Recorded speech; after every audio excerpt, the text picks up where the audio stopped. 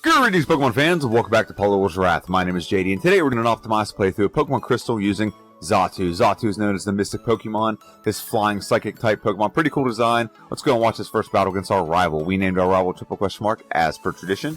We gave it a Cyndaquil, and we named our Pokemon Zazu from Lion King, the animated one, not the live action one. We used Drill Peck and Nightshade to knock it out in 2 hits. Very easy battle, super easy, barely an inconvenience. And we're going to go on to this route here. We'll do some battles, and we'll talk a little bit about what we did in this playthrough. So in the previous playthroughs, yes, I said playthroughs, there was 2. We played through with just Xatu, started out and leveled up and played through like normal in the first one. And then the second one was a what-if scenario if Xatu got a move called Confusion. There are no special moves for this Pokemon to level 65 via level up. And via TM, there's really not a lot of options either. Most of the ones you can't get till the post-game anyway. So this Pokemon cannot utilize its better special attacking stat. And that special attacking stat is pretty good. And when you get Psychic, it really unlocks this Pokemon, but you gotta wait a long time to get that. So this Pokemon is at a deficit where it's only using its physical attacking stat, which kind of leads into the playthrough. 1, we don't have to worry about evolution. We start out fully evolved as Xatu, so that's good because we have better stats throughout the course of the game. 2, we are still going to use Hidden Power Ice. That does not change. And the third thing we did in this playthrough, it is an optimized playthrough, so we allowed to add a move from our breeding move set. And there was a couple options. Steel Wing was actually a pretty solid option. Feint Attack was another one, but what we decided to go with is Drill Peck. It's 80 base power, it's 100% accurate. With Stab, it's 120. And this move will get super boosted once we beat Falkner's Gym. So we're in Falkner's Gym, super simming, and we're going to face Falkner, the bird trainer, bird specialist, what we want to call him. And he's going to come out with a Pidgey. We're going to go for Drill Peck. Drill Peck will make this a 2-shot. Very good. Drill Peck and Peck combination. And Drill Peck, it won't be a 1-shot, but it will be right in the range of a 3-shot. It's a 2-shot, so we got some good luck there. Level up to level 10, and we beat Falkner, get his gym, and now as you look in the top left corner, Drill Peck and Peck have gone up 10%, so it's a little bit more powerful. And so those moves will become really handy. And now we're picking up Swift. Swift will make this Pokemon. It just gives us another move. Gives us some move diversity. We have 2 flying moves and a ghost move right now. And this will give us a little bit more move diversity and a lot more power points. We don't have to heal as often, so that's going to save us some time. We did not have to do Bellsprout Tower. I did not mention that yet. And we're moving right on to our second rival battle. Usually I like to battle Bugsy's gym first, but we have a really good move to take care of Ghastly and Zubat, so we don't have to really worry about it. And we're not exactly weak to Q-Lava. We're kind of neutral. So 2 Drill Pecks knocks out the first 2 Pokemon. And the third Drill Peck will go half health, and it will basically be a 4 hits, knock out his whole team. We beat our rival. We're going to go right into the gym, and this is the easiest gym we're going to deal with the entire game. This is all Bug. We are super effective against all the Pokemon in here, and so now Bugsy's going to come out, and he's going to come out with 3 Pokemon, and all of them going to be good morning, good evening, and good night. 3 up, 3 down, just like a striking out the side in baseball. Not even any resistance cut through this gym like hot knife through butter. So we beat Bugsy, we get his badge, and we move right on to the next part of the game, which I believe is Whitney's gym. There's not really anything else. We can't pick up Headbutt, we can't pick up anything else. We don't need the Quick Claw. There's no point in showing that. So we go right into Whitney's gym, where she has 2 Pokemon. Now, Clefairy is not a problem. Miltank can be. So we knock out the Clefairy, no problem there. Miltank can get scary because Rollout is a rock move. So if something happens and we don't hit her move or something like that, it could get bad, but Whitney really is a cakewalk as well. This Pokemon's really flying through the game. 18 minutes, we got 3 gyms under our belt already. We're definitely going to have a better playthrough than we did in the last 2 playthroughs.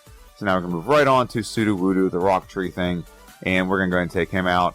Now we also have to worry about him. We are flying type, so rock moves that he has can be scary. We're just going to go for Nightshade and do set damage, and we get the knockout. Pretty easy win over Sudowoodo. We're going to move right on to the next part of the game, which is the Lake of Rage. There's not much we're going to do here right now, but we do have to pick up Hidden Power Ice. Hidden Power Ice basically makes 2 gym leaders obsolete, so that's why we choose Hidden Power Ice. It makes not 2 gym leaders. Let me rephrase that.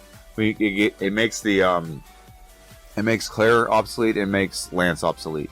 But now we're talking to the Komodo girls, and when it comes to Komodo girls, I like to talk about the channel a little bit. This is an opportunity where I ask you guys, make sure you like. It helps out the algorithm. If you like this video, make sure you subscribe. It helps out the algorithm as well. It actually helps out more than liking. It's like 4 times as helpful. And then subscribing lets me know, lets YouTube know that you're going to come back and watch my videos and you enjoy the videos. I mean, I do Pokemon content. I'm doing Crystal now. Eventually, I plan on doing Generation 3 Pokemon. I do a series with Pokemon Blue where I'm figuring out who the best of every type is. So we do like all the of a type over the how many weeks, one for each Pokemon, and then I did a recap of how they did. But we finished up with Komodo Girls, and now we're going to go ahead and take on our rival battle. The rival is going to come out, and he's going to come out with a Haunter.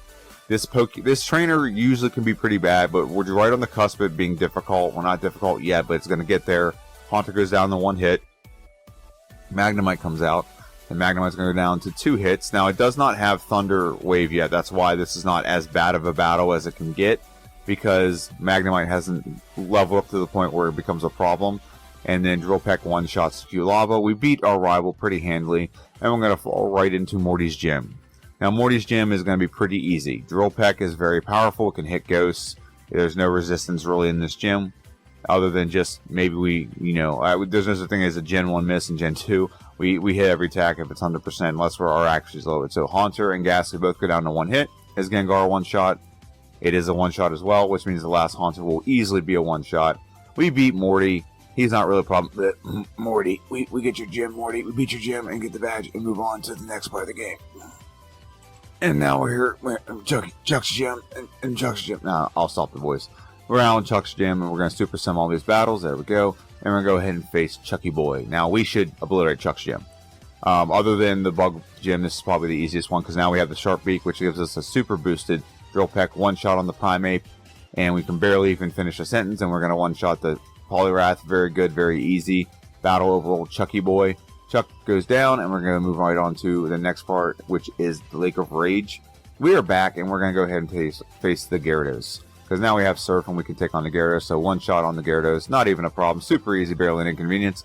And move on to the gym that's adjacent to Lake of Rage, which is Price's gym. He is an Ice Gym Leader. We actually have a huge disadvantage in this gym, but our moves are still pretty powerful. So we one-shot the Steel, pretty good. Do Gong Gong Gong, I'll be very surprised if it's a one-shot. It is not. Aurora Beam does a lot of damage there, so we could be in a bad area because Piloswine does have Blizzard, but we don't knock out the Piloswine, but we're in a 2-shot range, and we knock it out. We don't take any damage back, thank goodness. Blizzard could have really been bad. It could have knocked us out. I'm going to move right on to the Lighthouse, where we're going to go and give medicine to Ampharos. He's so excited, he flashes us, and now Jasmine scurries off, and we're going to follow her to her gym. And we're going to take on Jasmine. Now, we have no resets at this point. I'm pretty sure we get a reset here. We don't have great options for this gym. We just don't. And the best move we have really is Hidden Power Ice. I think Return might actually do a smidge more. But in this context, it doesn't really matter, because we're still going to one-shot or 2-shot whatever it is. We're not going to one-shot with Magnemite unless we get a critical hit with Return. So we use our berry, but we get paralyzed anyway, just because we're confused and we don't hit the opposition. So we take a reset here, and we're going to have to face Jasmine. Now, the problem with facing Jasmine after we face Price, we don't have something else we can do. We can't really go and fight another gym and get some levels and come back. We can't do anything until this is done. The Rocket plot line's right after this, so we really can't do anything else. And again, we just got obliterated, and we're paralyzed, and we can't really do anything with this. We're going to get knocked out again. So there's 2 resets to Jasmine, and hopefully this time we can get the right RNG. Hidden Power, where you get paralyzed. That sucks, but it is what it is. So now Magnemite. Okay, Supersonic, get confused. I'd rather get confused, and then we can knock it out. And so we have full health going to the Steelix now. So let's see what happens now. Hidden Power Ice. Oh my god, that almost one-shot. That was so close. It's going to heal. Going to do it every time. We just got to get over this stupid confusion. And Iron Tail is going to knock us out again. Oh, nope, we get a critical hit, so it's a very close battle. We survive on 2 hit points. We do beat Jasmine, level up, and move right onto the Rocket plotline, where we skip over all that and face our rival. Our rival's going to come out. He's going to come out now with a Golbat. Golbat's going to come out, and we're going to use Hidden Power Ice or Drill Peck either. No, if we did Hidden Power Ice, we would have knocked it out, because it's weak to ice moves. Next Pokemon comes out. Now, this is where the Magnemite's kind of scary, because it can go for Thunder Wave. It does. We have the Paralyzed Cure Berry equipped. So we heal with no problem. Super easy, barely an inconvenience. And now we should one-shot the rest of the team. Haunter will go down to 1 Drill Peck. And his Q-Lava one-shot, I believe it should be. And it is the knockout. Very good. We beat our rival. And with our rival defeated, we're going to move right on to the last gym leader of this Johto, which is Claire. Claire is a Dragon Gym Leader. We have Hidden Power Ice for a reason. We have Nevermelt Ice equipped so that we can one-shot all 3 of her Dragonair. So 1, 2, and here's the 3rd one. Knock it out, very good. And the last Pokemon is Kingdra. There's not really anything that it has advantage-wise against us. We get it below half health. Never seen that heal from half health before. Usually I get in like the 20-30 range. But we need to be clear nonetheless and move right on to Victory Road. We're going to face our last rival battle. Our last rival battle is going to come out with a Sneasel, Pleasel. We're going to go for Drill Peck, knock it out, very good. 1 knockout. Magneton comes out. We have a Paralyzed Cure Berry equipped again to deal with Thunder Wave. It does not paralyze us, thank goodness. So we don't have to use the Paralyzed Cure Berry. Right here we use a move, we learn a move that I did not use in the previous playthrough, which is Confuse Ray. Confuse Ray is going to make a lot of battles that we would probably lose become more chance driven, more RNG driven, rather than just a straight getting our butt kicked. And so we knock out the Haunter, the Kadabra, and now the Typhlosion comes out. Flame Wheel does nothing. We beat our rival, we get the win, move right on to the Elite Four. Now that we're at the Pokemon League, we'll go over our moves and our stats going into Elite Four and see how good we're going to do with these. So for starters, our moveset is Drill Peck, Hidden Power Ice, Confuse Ray, and Return.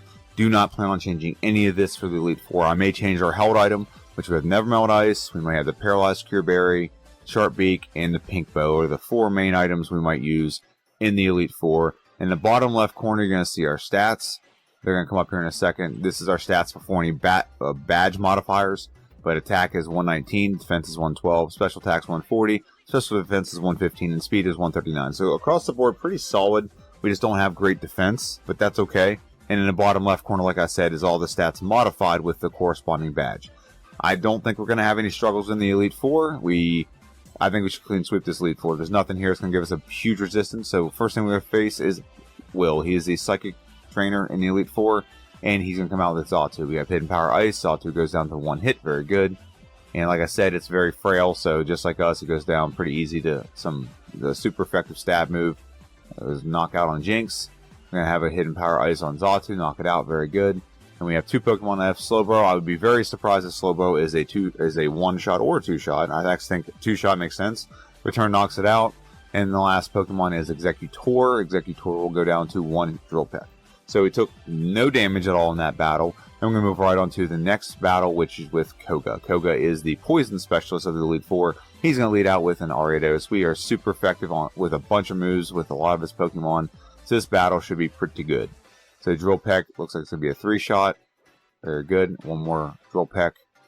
It protects itself. It's got Stall Attack. That's all Fortress can do. I actually got that Pokemon coming up soon. It's going to be very frustrating to play through. Hidden Power Ice does not knock it out. It heals, and it looks like it's in a healing loop, so we get a 2-shot on the Crobat. And then the last 2 Pokemon, one is Venomoth. Venomoth go down to 1 Drill Peck, very good. And then Muck, we just got to hit it twice with either Return. Oh, Confusion's going to help us out a little bit, because now we can do a little bit more damage.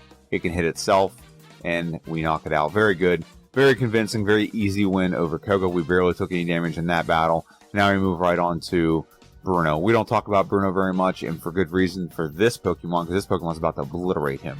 Drill Peck, 1-shot on the Hitmontop, very good. Onix comes out, we got Hidden Power Ice for a reason, knock it out, very good. And the rest of the Pokemon here should be a foregone conclusion. We did swap up our our held item. It is a Sharp Beak, so we're having a super boosted Drill Peck. And then the last Pokemon, Hitmonlee. We've only taken a little bit of damage, and that was, I think, the Muck hit us, or the Crobat hit us or something. And we haven't really taken any damage. Now Karen is usually your run, like, derailer. She comes out with an Umbreon. Umbreon can be very, very problematic. But we're going to go ahead and use Confuse Ray. Drill Peck. It doesn't hit itself. I was hoping for a little bit more damage onto itself. But it stand attacked us, so now we have the unfortunate RNG of whether we're going to hit or miss our moves more often. So we knock out the Murkrow in 1 go. We just need a good physical move to knock out the Houndoom. Very good. Oh, no, we don't knock it out. Should have gone for Return. Maybe Return would have been a better one there. But we get a 2-shot knockout on the Houndoom nonetheless. We have 2 Pokemon left. We have Drill Peck to knock out the Gengar. Very good. And if we can just hit the Vileplume, we'll knock it out. All we got to do is hit it. We just hit it. We could have got paralyzed there. That could have been very bad for us, and we might have taken a reset. But we get the knockout over Karen, move right on to the champion, Lance, the Liars with the Flyer. The Liar with the Flyers, as Lance would call, or as my guy Squidgy would call it. Gyarados comes out. He's the first Pokemon.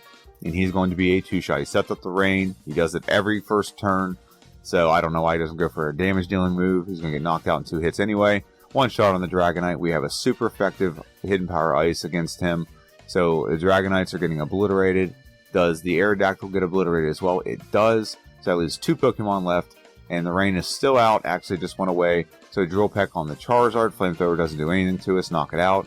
We have 1 Pokemon left. Unless we miss this, we should just obliterate him and knock him clean off our screen. We beat Lance, the liar with the Flyers, the champion, and we're going to go get clocked in, get a time. And what time do we have this as? We have a very good time under our belt. My prediction video had this at 1 hour and 3 minutes and 52 seconds. And when we compare that to the other playthroughs that we had, I'm going to go ahead and pause right there and talk about it. So again, top left corner is the playthrough we just did, 1 hour and 3 minutes, 52 seconds. The goal was to get between 1 hour and 1 hour and 5 minutes. So excellent job there. We got it done. We probably could have done it a little bit faster. Could I shave 3 more minutes off of this and get this under an hour? I think I probably could, but that may be a video for another day. So when you compare that to what we did in the other playthroughs, so in the original playthrough, the one in the top right corner, 1 hour and 47 minutes. Not a great time. It's not a great time, but we saved almost 45 minutes in this playthrough. When we compare that to our what if scenario where we had confusion to start the game, we did save a lot of time compared to the original playthrough, but we obliterated time overall when it comes to both of these playthroughs. So 1 hour and 3 minutes, 52 seconds. We are on pace to potentially have a pretty good finish when it comes to the Kanto part, when it comes to fighting Red. So yeah, we're going to go ahead and dive into that. I'll see you guys in Kanto. Now that we're in Kanto, just want to let you guys know that Kanto did not start off so great because we had Lieutenant Surge. We do not have a great move for Lieutenant Surge. I thought I could get by with just the moves that I had, so we one-shot the Raichu. And then here's the problem that we have, is we don't have anything good for Magneton. And it doesn't have Thunder Wave, so we don't have to worry about Thunder Wave. But what it does have is Zap Cannon, which will paralyze us every time we use it. And it's going to obliterate us. So it obliterates us, and we get a reset there just to start out Kanto. And this not making the decision to do what I should have done from the get-go cost me an hour and 30-minute run with this Pokemon, I believe, personally. So we're using Confuse Ray, thinking that will supplement the problem that we're having. And return, we do get hit by Zap Cannon again, so we're paralyzed again. So this is going to be another reset. We can try what we can, but we just don't have anything that's super powerful enough to one-shot everything. And if we did, we'd have something that could just circumvent this whole problem. So yeah, we don't knock out the Electabuzz. It's going to knock us out. So we're going to pick up this move here. We're close level, well, not even close level 65, so I don't want to take that long. We're going to pick up Psychic from this guy. And now we're going to just face the rest of the gym leaders. We'll circle back to Lieutenant Surge. So now all these gyms are super easy, very little inconvenience because we have Psychic. Psychic is going to make a whole lot of these battles really obsolete. And I'm going to talk a little bit more about the channel. While you guys watch these battles, we'll meet back up at Blue. So, this channel right now, we're on some pretty good momentum and a pretty good schedule when it comes to things. So every Monday, I have a prediction video for the video that comes out on Friday. Friday is a playthrough of Pokemon Crystal. It's either a normal playthrough or an optimized playthrough. It's one of those two. So every Friday, you're either getting the first playthrough of a Pokemon, first time I've ever played it, and just seeing what it is, or you're getting an optimized playthrough, fully evolved, and we cut out a lot of the gobbledygook and see just by putting as much as we can on this Pokemon and making it as powerful as possible, how good can this Pokemon do. It's really an optimized playthrough in a sense that I'm just giving it as many advantages as I can. It's not optimized where I played through 100 times and this is 101 playthroughs with all the data and everything that we can analyze together. So don't think of it like that. Other YouTubers will play like 20 times and then show you the end result. This is literally the first playthrough that I did with this Pokemon with the changes that I made. So I have played this Pokemon a few times, but not fully evolved and not as Xatu. Okay, so it's slightly different. So I hope you enjoy that format. I like seeing like what it is, what it normally would be, and what is it when we pretty much put the pedal to the metal and give it as much, juice it up as much as we can, more or less. So now we're facing, I'm going to comment back in for a second. We are facing now Lieutenant Surge, and look how good Psychic's doing. It's just obliterating everything in its path. So that was the key to it, and I wasted time not doing that initially. So I'm going to go ahead and go back and talk a little bit more about the channel. Every Wednesday, I've been having a video where we're playing through with a certain type, and we play through all in succession of one type and figure out who the best of every type is.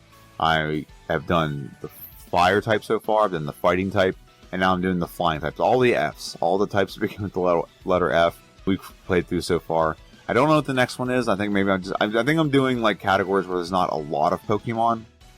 So for like the next one might be like Ice. I might actually get like a Gengar run out of the way, and then like a Dragonite run. Just get the ones that only have one of their type. So that's possibly what I'm going to do next. I haven't decided yet. But right now we're playing through the flying types. We just did Dudo, and we're going to do Farfetch'd, and then Fearow, and then Pidgeot in that order, because I believe Pidgeot will be the worst. Pidgeot is one of the worst flying types ever. It's just, the stuff does not synergize, and its move pool is very, very bland, and there's not a lot of diversity there. So it does have its limitations. Farfetch'd at least has Swords Dance, and Fearow at least has Drill Peck, and gets access to a couple more things than Pidgeot does. So we're finishing up here against Janine. Janine is the Poison Gym leader. She's the daughter of Koga, and a little bit of nepotism going on here. We beat Janine and move right on to Blue. Now Blue can be tricky because he's got a very diverse team. You don't always have a Pokemon that has a move that can handle everything, but that's not the case with this Pokemon. So we're going to go for Psychic. Yeah, Psychic. Okay, Confuse Ray. Maybe we're just trying to eliminate the possibility of it doing something crazy, like maybe it hits us with a mirror move or something, and then now all of a sudden we get our speed defense dropped or something. So we knock it out, and now we move on to Rhydon. Rhydon gets knocked out in one go. Very good. Alakazam comes out. A good physical move will knock out Alakazam. I don't know why we did that.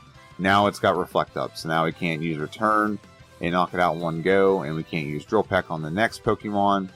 No, it's Gyarados, so it doesn't matter as much. We can still use Psychic and knock out Gyarados in 2 turns. It just sets up the rain, which eliminates the ability for Arcanine to do anything to us. So Arcanine comes out. The only thing it really do is Extreme Speed. Drill Peck will be a 2-shot on the Arcanine. Knock it out very good. And I have one Pokemon left, which is the Executor. Executor will come out, and Drill Peck will 1-shot it. So we get the win over Blue, and now I'm going to move on and face Red. And here is the battle with Red. It's not a battle that becomes very difficult. We're at 1 hour and 28 minutes and 37 seconds. We have 5 resets. So Pikachu's not a problem. The problem we're going to have here is with Blastoise. We don't have a great move for Blastoise, and we have not modified our moveset to deal with Blastoise. Now, we can just have Confuse Ray do its thing.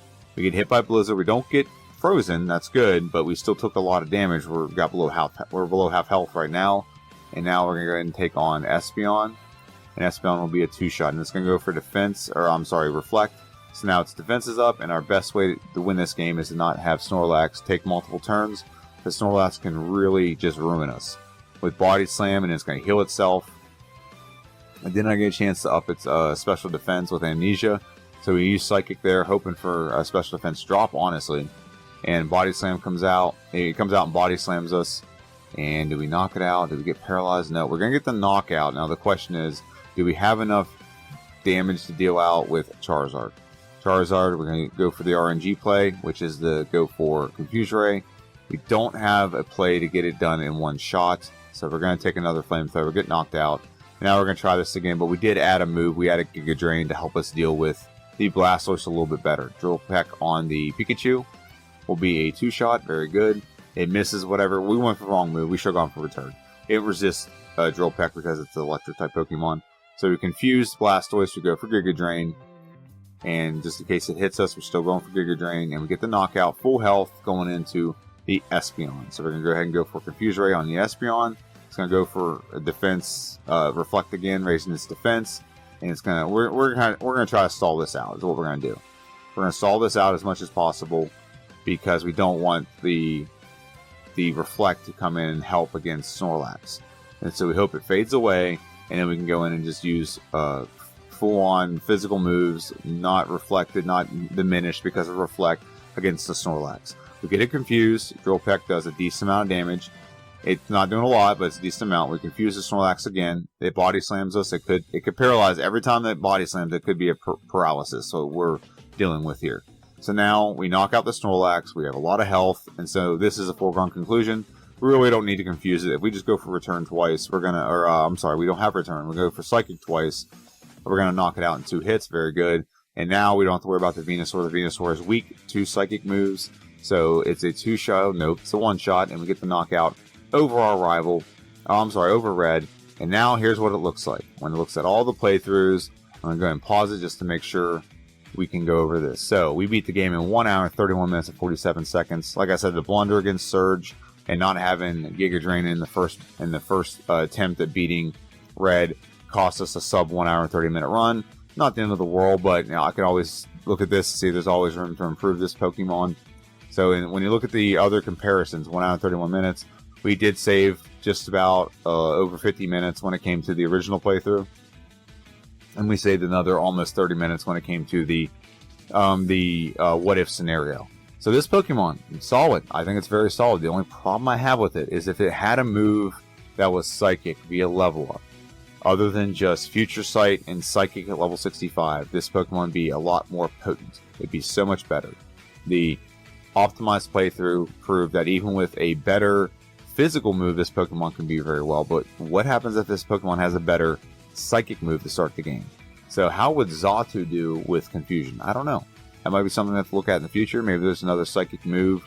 I think in the future there are other Psychic moves. It's just not in this generation that we can add other than doing another what if. But what if Xatu had a Psychic move? No. In the Xatu playthrough where we did what if we have a Confusion, it started out as Xatu. So maybe having those higher stats early would make this Pokemon a little more potent.